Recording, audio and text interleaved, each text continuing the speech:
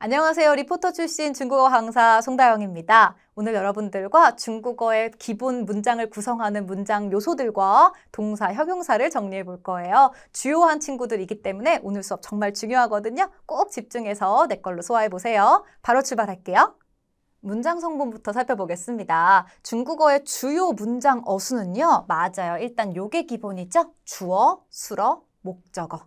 우리가 뭔가 되게 구구절절하게 많이 나와 있어서 뭐야 싶은데요. 일단 기본, 토대가 되는 건 주어, 수어, 목적어예요. 그럼 그거부터 한번 찾아볼까요, 여러분? 여기 지금 주어, 그리고 수어, 그리고 목적어. 요게 일단 기본 토대.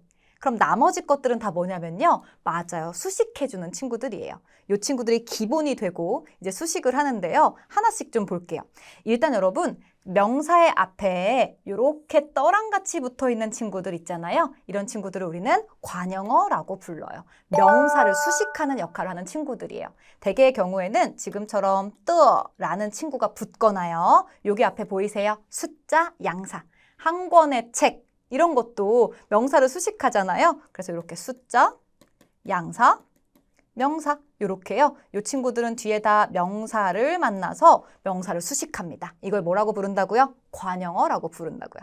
네. 자, 그리고 문장의 맨 앞에 시간 명사 나왔죠. 이런 시간 명사들이나요. 주어와 수어 사이에 구구절절 들어가는 이 친구를 부사어라고 얘기해요. 문장 전체를 수식하거나 아니면 수어를 수식하는 역할을 하는 친구예요. 이 내용은 뒤에서 자세히 공부를 할 테니까 일단 위치만 좀 기억해 볼게요. 됐나요? 네. 그리고 이제 남은 친구 하나 있어요. 동사의 뒤에 뭔가 붙어 있죠.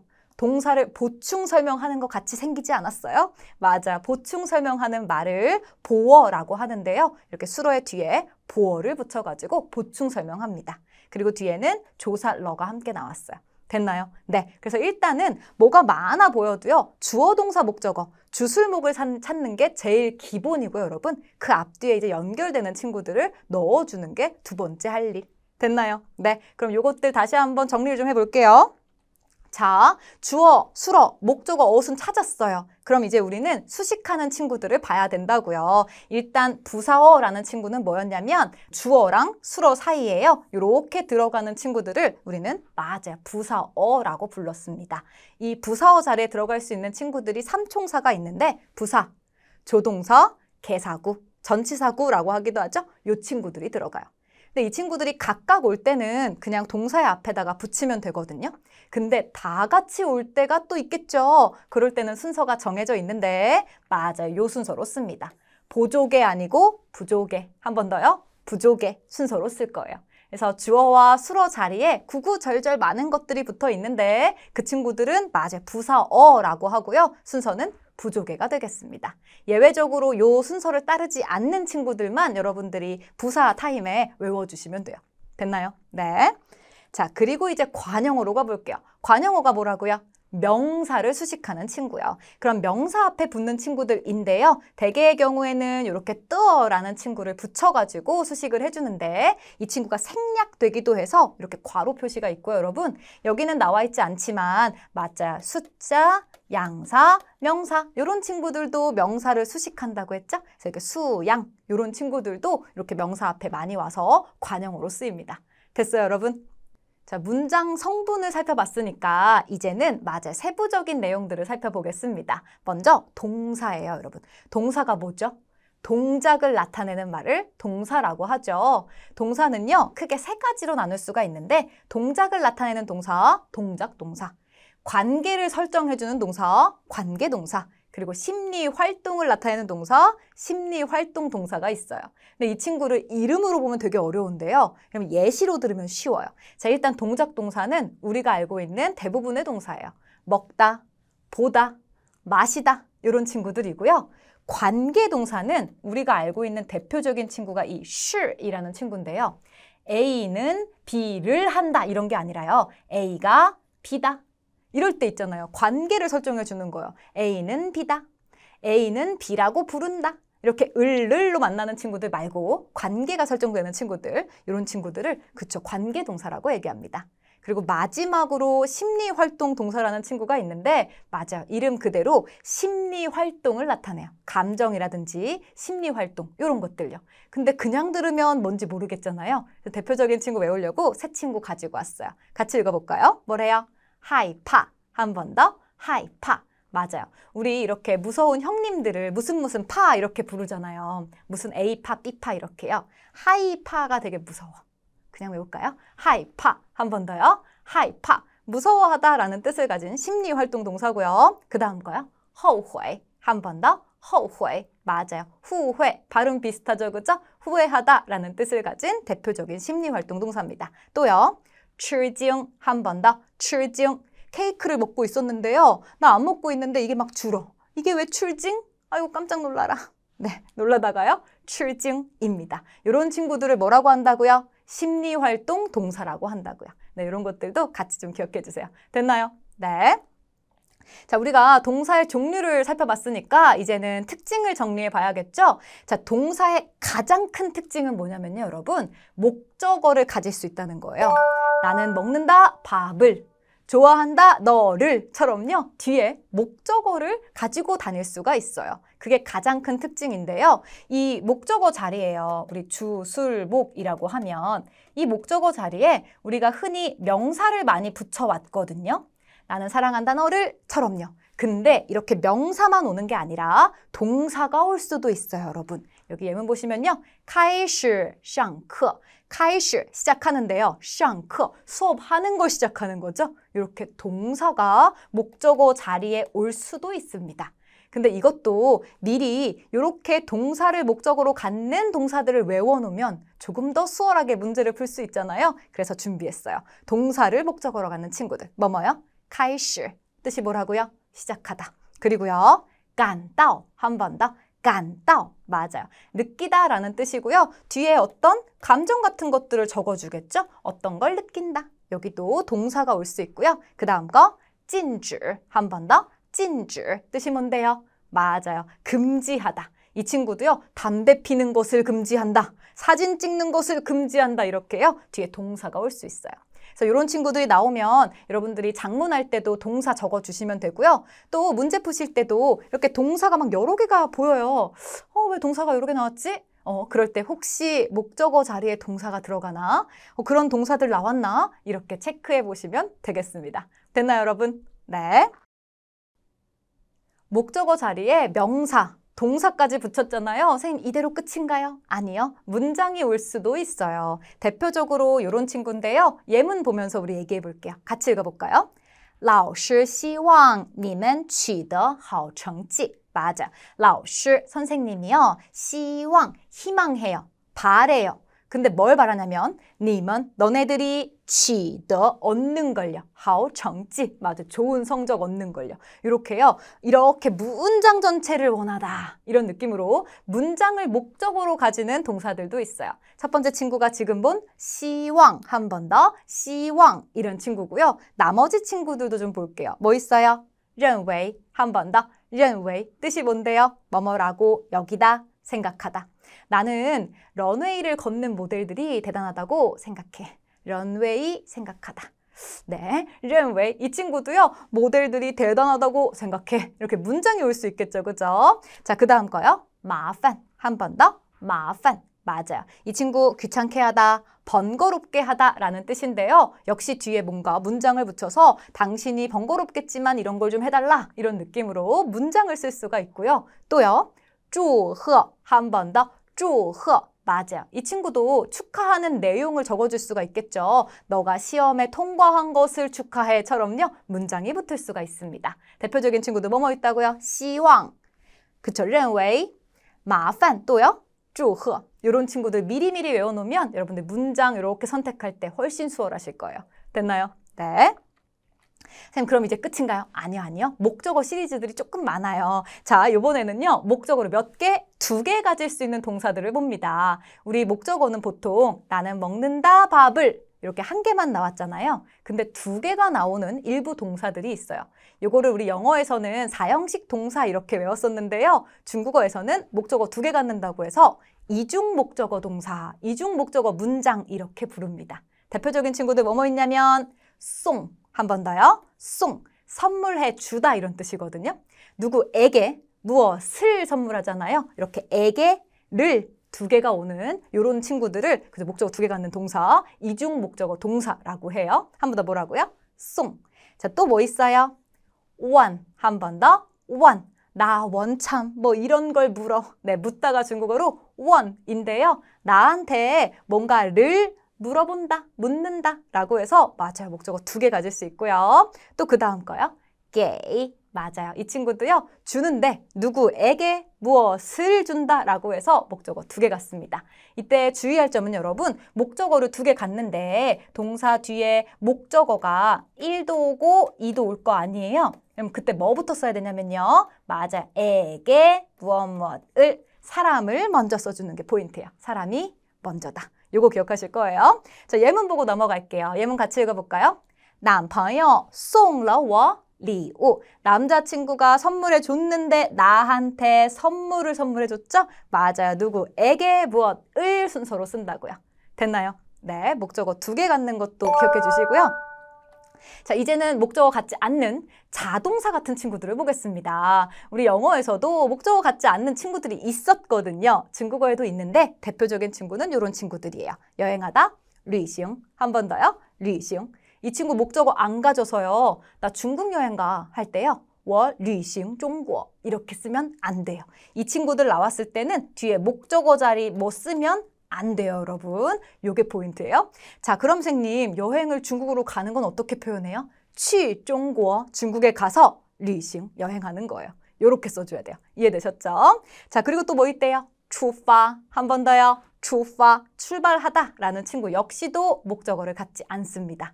이렇게 목적어 안 갖는 것도 기억 좀 해주시고요, 여러분. 여기 지금 목적어 갖지 않는 친구 1이잖아요. 2가 있겠죠? 2까지 볼게요. 자, 목적어로 취하지 않는 두 번째 동사는요. 이합동사라는 친구예요. 자, 이합동사는 대표적으로 요 단어가 이합동사인데요. 见面 뜻이 뭔데요? 만나다. 이 친구를 만나다라는 하나의 단어로 공부하지만 사실 떼보면 见, 보다, 面, 얼굴을 보는 거니까 만나는 거예요. 그래서 이 친구는요. 하나의 단어, 마치 아이돌 그룹처럼 하나로 활동을 하는데요. 그 안에 보면 맞아요. 동사 역할하는 친구, 명사 역할하는 친구가 다 들어가 있어요. 우리 팀에 누가 되게 마음에 안 드는데 회사에서요. 그 사람을 그쵸 마음에 안 든다고 새로운 직원 막 데리고 올 수 있나요, 여러분? 없죠. TO가 있기 때문에 얘가 가줘야 다른 애가 들어올 수 있잖아요. 이미 TO가 찼어요. 명사, 목적어 역할하는 친구가 있거든요. 그래서 새로운 목적어를 붙일 수가 없습니다. 그래서 이합동사는 이합동사다를 아는 게 중요한 게 아니고요. 이 친구들은 목적어를 못 가져까지 기억하시는 게 중요해요. 이합동사 목적어 가질 수 있다고요? 없다고요? 없다고요. 대표적인 이합동사 뭐뭐 있는데요? 见面, 한 번 더. 见面. 너를 만난다? 见面你. 돼요? 안 돼요? 안 된다고요. 네. 자, 그 다음 것도 뭐 있대요? 结婚. 뭐? 재훈이가 결혼하다 뭐라고요? 结婚. 이 친구 역시도 맞아요. 목적어 못 갖는 이합동사입니다. 자, 그리고요. 道歉. 맞아요. 사과할 때 우리 이렇게 사과 많이 하잖아. 미안해, 道歉. 道歉. 네, 道歉. 이 친구도요. 사과하다라는 뜻을 가진 이합동사예요. 목적어 가져요, 못 가져요? 못 가져요. 거기까지 확장하셔야 돼요. 예문 볼게요. 밑에 보니까 그쵸, 生气, 다 이렇게 지금 生气란 친구 나왔는데요. 生气도요. 이합동사예요, 여러분. 그럼 이 친구 뒤에 목적어 붙을 수 있어요, 없어요? 없어요. 生气 다 돼요, 안 돼요? 안 돼요. 그럼 이합동사 선생님 미리 막 다 외워야 될까요? 아니요. 나올 때마다 기억해 주시면 돼요. 일일이 이걸 막 미리 찾아서 외우실 필요는 없고요. 이런 특징이 있다는 것만 기억하시고 나올 때마다 기억해 주세요. 됐나요? 네. 그럼 선생님 生气타 안 하면 어떻게 해요? 사이를 이런 식으로 벌려가지고요. 生他的气 이런 식으로 쓰거나요. 경우에 따라서 누구와 결혼하다. 누구를 향하여, 누구에게 사과하다 이렇게요. 어울리는 전치사, 개사를 써가지고 활용해 줄 거예요. 됐나요? 네, 목적어 못 가진다는 거 기억하는 게 포인트입니다. 됐어요? 네. 동사의 또 다른 특징 한번 살펴볼게요. 여러분 우리 동사가 지금 목적어 가질 수 있다는 그래서 특징 살펴봤죠? 이번에는 요거요. 주어, 수어, 목적어 사이에 우리 뭐 쓸 수 있었어요? 맞아요. 부사어라는 친구를 쓸 수가 있었습니다. 부사어 자리에는 보조개, 부사, 조동사, 개사 이런 친구들 올 수 있었죠. 이제 그런 친구들이 이 자리에 들어갈 수가 있어서요. 요 말이 그 말이에요. 동사는 부사의 수식을 받는다. 이 자리에 들어가는 이런 부사가 이렇게 술어 동사를 수식할 수가 있다. 요 얘기를 이렇게 지금 풀어가지고 하고 있는 거예요. 그래서 우리가 맨 첫 장에서 그쵸 뭔가 부사어 하면서 문장 맨 앞 또 그리고 주어와 수어 가운데 있는 친구들 얘기했잖아요. 이제 그 얘기고요, 여러분. 이때 주의할 건 일부 부사. 정도 부사는요, 여러분, 이런 일반적인 수어를 수식하지 않아요. 일반적인 동사를 수식하지 않아요. 어떤 것만 수식할 수 있냐면 심리활동 동사만 수식할 수 있어요. 무슨 말이냐면 먹다 이런 단어를요. 很吃 매우 먹는다 이렇게 쓴다고요? 안 쓴다고요? 안 쓴다고요. 다른 부사들의 수식은 다 받을 수가 있는데 이렇게 정도 부사일 때는요. 형용사나 아니면 이렇게 심리활동 동사만 수식합니다. 심리활동 동사 아까 외웠던 거 기억나시죠? 이게 왜 출징, 후회하다, 허우회 요런 애들이랑 같이 쓰는 거예요. 정도 부사는요. 이해되셨죠? 예문 보겠습니다. 자, 산보 하면 산책하다거든요, 여러분. 앞에 정도 부사 헌 붙여가지고 매우 산책한다 쓸 수 있어요, 없어요?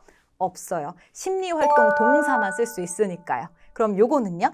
非常喜欢 맞아요. 喜欢이요. 좋아하다라는 심리활동 동사죠. 여기는 이렇게 非常이라는 정도 부사 쓸 수 있어요.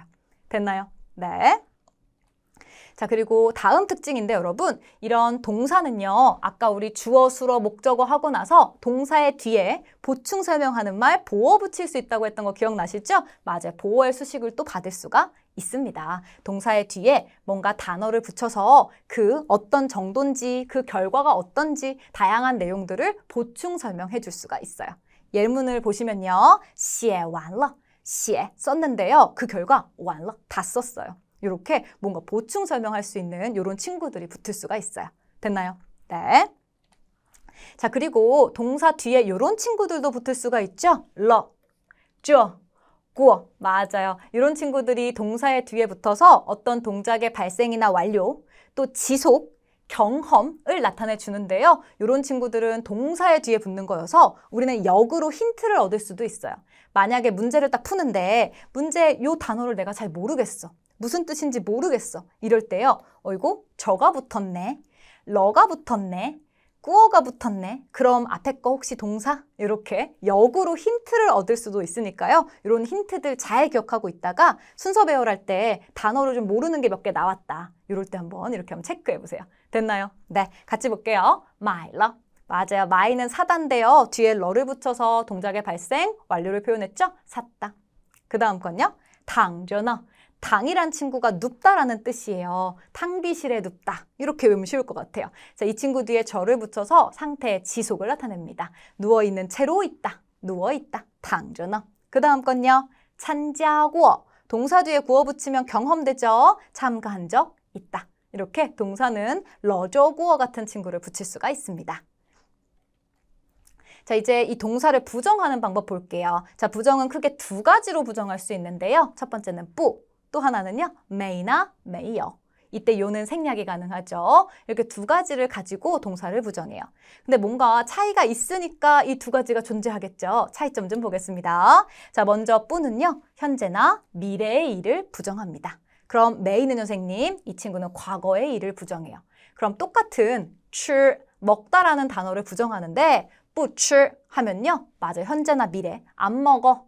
안 먹을 거야가 되고요. 메이로 부정하면 메이출 안 먹었어. 이렇게 과거의 사건이 되는 거예요.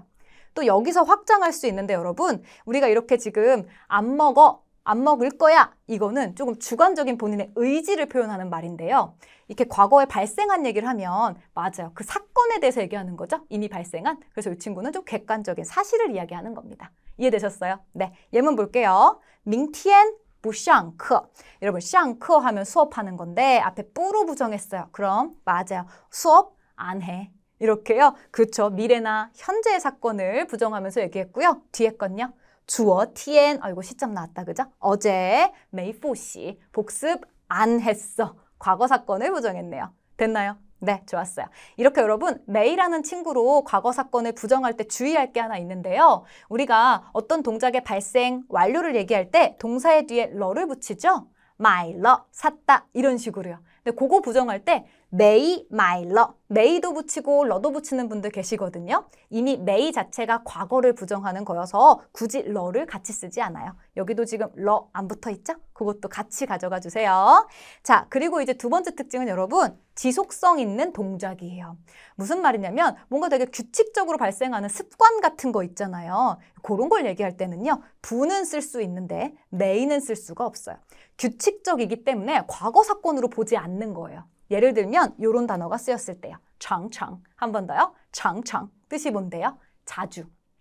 규칙적이고 반복적이죠. 이런 단어가 쓰였을 때 may 쓸 수 있다고요? 없다고요? 없다고요. 예문 볼까요? 他常常不来上课. 맞아요. 그는요. 자주 수업에 오지 않아요. 규칙적이고 반복적이잖아요. 이럴 때 may 쓴다고요? 안 쓴다고요? 안 쓴다고요. 뿌를 쓰셔야 돼요. 지금 뒤에 보니까 이렇게 may 써 있는데 돼요? 안 돼요? 안 돼요. 이해되셨나요? 네, 잘하셨어요. 자, 이제 동사의 중첩으로 가볼게요. 자, 중첩이라는 건 여러분, 맞아요. 중첩 2번 쓴다는 거거든요. 동사를 2번 쓸 수가 있는데요. 이러면 어떤 뉘앙스가 되냐면, 맞아요. 시도해보다, 좀 뭐뭐하다, 이렇게요. 뉘앙스를 약하게 만들어줘요. 우리는 2번 쓰면 강조라고 생각하거든요, 여러분. 근데 동사는요, 2번 쓰면 뉘앙스가 약해집니다.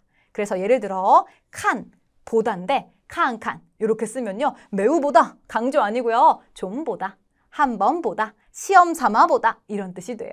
이해되셨나요? 네. 자, 일단 뉘앙스 약해진다는 거 기억할 거고요. 자, 이제 방법을 볼 텐데 여러분 숫자에 따라서 이게 한 글자냐 두 글자냐에 따라서 좀 이렇게 방법이 달라요, 여러분. 기억할 게 있어요. 자, 첫 번째 한 글자일 때는 고려할 거 없이 그냥 쓰면 되겠죠? 칸이면은 칸 이렇게요. 그리고 두 개의 사이를 벌려서 숫자 1을 쓰기도 합니다. 칸 이렇게요. 기다리다 덩 같은 것도 마찬가지예요. 덩덩 쓰거나 덩이덩 가운데 벌려가지고 써주시면 됩니다. 자, 근데 이제 두 글자일 때는 고민스러워요. 왜냐하면 자, 여러분 이렇게 단어가 A, B 두 단어가 있는데 A를 2번 쓰고 B를 2번 쓸지 아니면 전체를 다 쓰고 쓸지 이런 게 좀 고민스럽잖아요. 그래서 외워야 돼요. 이렇게 동사를 중첩할 때는 어떻게 쓰래요? 다 쓰고 다 쓰고.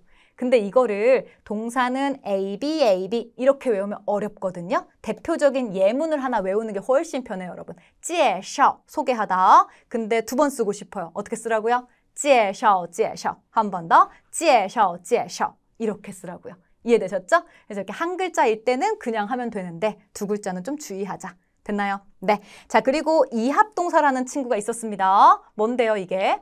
맞아요. 이 친구는요, 단어 안에 동사 역할하는 친구랑 목적어 역할하는 친구가 붙어 있는 거죠. 진짜 동사는 앞에 있잖아요. 그래서 중첩할 때는요, 진짜 동사를 중첩해줘야 돼요. 그래서 맞아요. 전체 막 다 하는 거 아니고요. 이렇게 쌈,뽀 이런 식으로 앞에 거 2번 쓰고 목적어 역할하는 친구는 한 번만. 그럼 아까 우리 대표적으로 이합동사 찌엔, 미엔 있었죠. 그 친구 어떻게 할까요? 맞아요. 찌엔, 미엔 해주는 거예요. 이해되셨어요, 여러분? 네, 이렇게 방법들이 좀 다르니까 이걸 좀 기억하는 게 좀 중요하겠습니다. 됐을까요? 네. 자, 이제 형용사로 넘어가 볼게요. 여러분, 형용사와 동사의 가장 큰 특징, 차이는요. 목적어를 취하느냐 여부예요. 동사는 목적어를 가질 수 있어서 뭐 명사를 갖는 거, 동사를 갖는 거, 안 가지는 거 공부했잖아요. 형용사는 목적어를 취하지 않습니다.